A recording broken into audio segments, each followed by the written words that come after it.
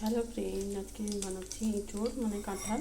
তো কাঁঠালগুলোকে আগে সেদ্ধ করে রেখেছি। তো এখানে আমি মশলাগুলোকে প্রথমে আমি দিয়ে দেবো। আমি এগুলোকে আগে ভাজবো তেলে। তো আমি যেভাবে করি আমি সেভাবেই তোমাদের দেখাচ্ছি। তো এগুলোকে আমি লাল লাল করে ভেজে নেবো। তো এখানে সব কিছু দিয়ে দিচ্ছি, আদা, পেঁয়াজ, রসুন, সব কিছু, কাঁচা লঙ্কা, যে যটা ঝাল খেতে পারো, টমাটোর। তো আমি এগুলোকে আগে ভেজে নেবো। এই এঁচোড়গুলোকে আগে জল দিয়ে হলুদ দিয়ে সেদ্ধ করে রেখেছিলাম। তো আলুগুলোকে কেটে আমি ধুয়ে রেখেছিলাম। তো দেখো,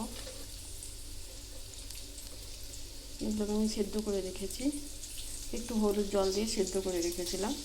তো এর মধ্যে আলু দেবো আর চিংড়ি মাছ দেবো। তো আমি এটা চিংড়ি মাছ দিয়ে করবো এঁচোড়টাকে। তো চলো আমি এগুলোকে আমি ভেজে নিই, তারপরে এটা আমি মিক্সিতে পিছাবো।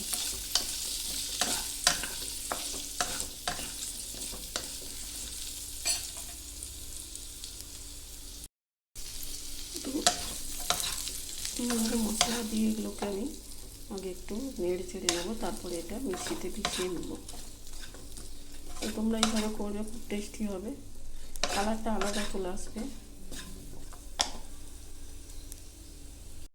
এখন আমি কড়াইতে তেল দিয়ে দিলাম আর একটু জিরে দিয়ে দিচ্ছি। দেখো, জিরাগুলোকে আমি ভেজে নেবো ভালো করে। তো যেহেতু আমি আগে একটু তেল দিয়েছিলাম, তো এঁচোড়ে একটু তেল লাগে, তো ওই জন্য আমি তেলটা একটু বেশি করে দিয়ে দিচ্ছি। তবে খুব একটা বেশি না।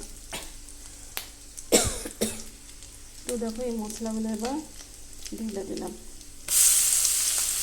যেগুলো আমি ভেজেছিলাম তেলে, অল্প তেলে, এগুলো মশলাগুলো আমি ঢেলে দিলাম। দেখো, কালারটা একটু আলাদা হয়ে গেছে, কিন্তু খুব সুন্দর হবে।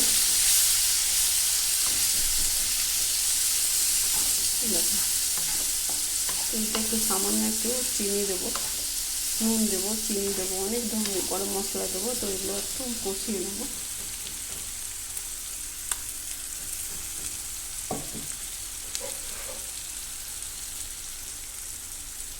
দেখো,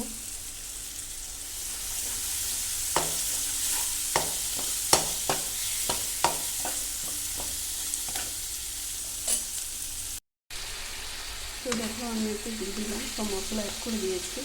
তো এরপরে মশলাটা ভালো করে কষে নেবো।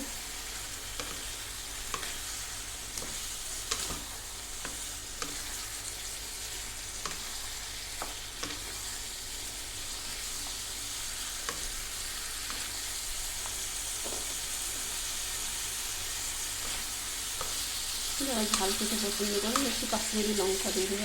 আমার যেহেতু কাঁচা লঙ্কা দেওয়া হয়েছে। তো দেখো, আমি এগুলোকে মশলাগুলোকে আগে ভালো করে কষে নিয়েছি, নাহলে একটু গন্ধ ছাড়বে। এটা একটু গরম মশলা দিয়ে দিলাম।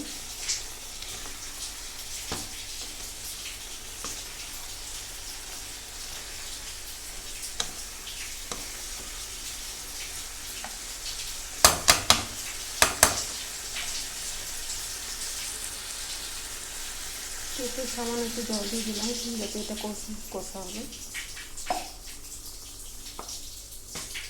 তো এবার একটু ঢাকনাটা লাগিয়ে দেবো।